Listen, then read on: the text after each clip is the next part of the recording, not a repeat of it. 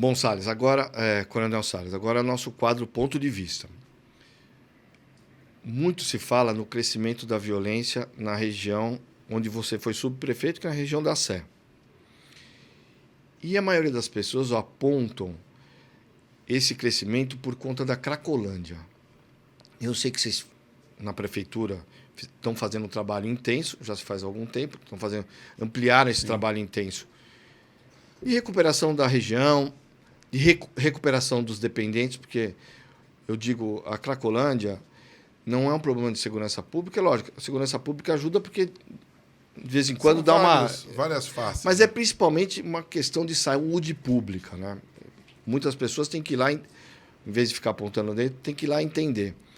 Mas como resolver esse problema? Esse é um problema que dá para resolver. Nós vamos conviver com isso até... Porque tem momentos que a gente deixa tudo... o poder público deixa tudo confinado num lugar. Tem um outro momento que acha que tem... E acaba espalhando. E aí o pessoal do Gianópolis, comércio, Santa Cecília, reclama que eles acabam invadindo essas regiões. Esse é um dos maiores problemas das grandes cidades.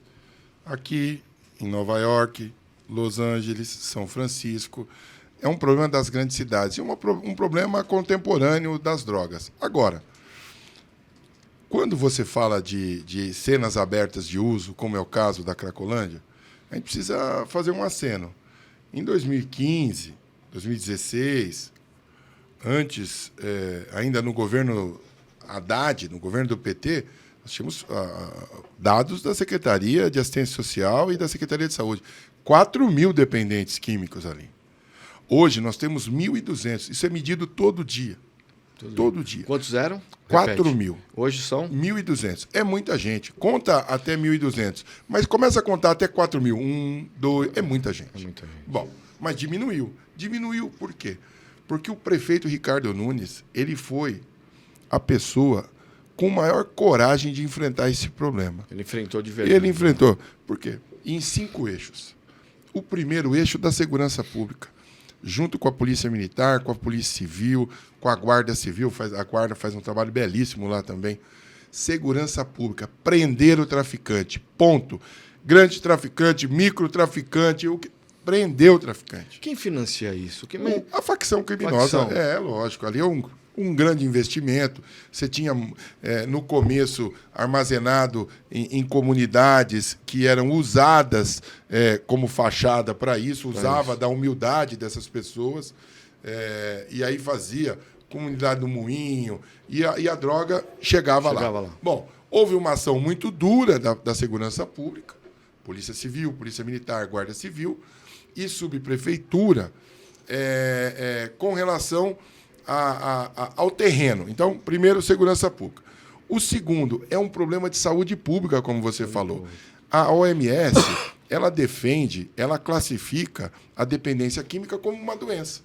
Então, quem conhece, eu conheço porque eu já trabalhei na prefeitura e já participei de algumas ações lá. Eles não têm condições nenhuma, os dependentes, de decidir. Você é a favor da internação compulsória? Sou a favor da internação. Mas a internação compulsória, às vezes a gente precisa tirar alguns mitos. Ele é um ato, é uma ação proveniente de um ato médico. É o médico que diz que ele precisa, que ele não tem ciência mais, ele não tem mais noção do que ele está fazendo. Agora, o que nós, legisladores, lá no Senado Federal e na Câmara Federal, temos que fazer leis mais robustas para que o médico possa decidir de maneira mais clara.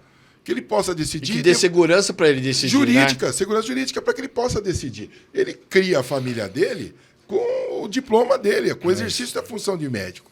Então, a gente tem a obrigação de dar esse suporte. Então, primeiro, segurança pública. Segundo eixo, saúde pública. Tratar essas pessoas não tem jeito, seja com internação compulsória ou não.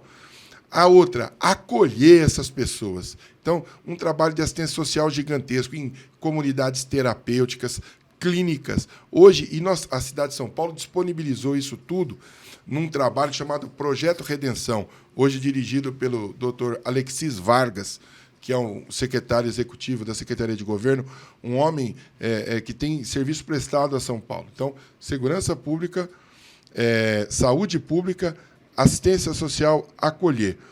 O outro é a reinserção dessas pessoas na vida social, seja de maneira lúdica, seja devolvendo para suas cidades, fazendo contato, retomando laços afetivos. Eles têm condições de voltar a trabalhar? Tem, dependendo. Só que é o seguinte, essa pergunta é interessante. Dados da Unifesp agora, 64% das pessoas que estão lá na Cracolândia hoje têm mais de 10 anos na dependência do crack. É muito mais difícil. Então, você vê, é como se você estivesse emagrecendo. Então, você emagrece rápido e depois vai ficando mais difícil. É esse núcleo, essas pessoas que estão na dependência há muito tempo, que é mais difícil. E o último... Mas isso as pessoas têm que entender. Eu vou dar um exemplo, porque aproveitando que meu filho está aqui hoje, vira e mexe, ele pergunta, mas por que deixa o pessoal na barraca? Por que eles estão na barraca?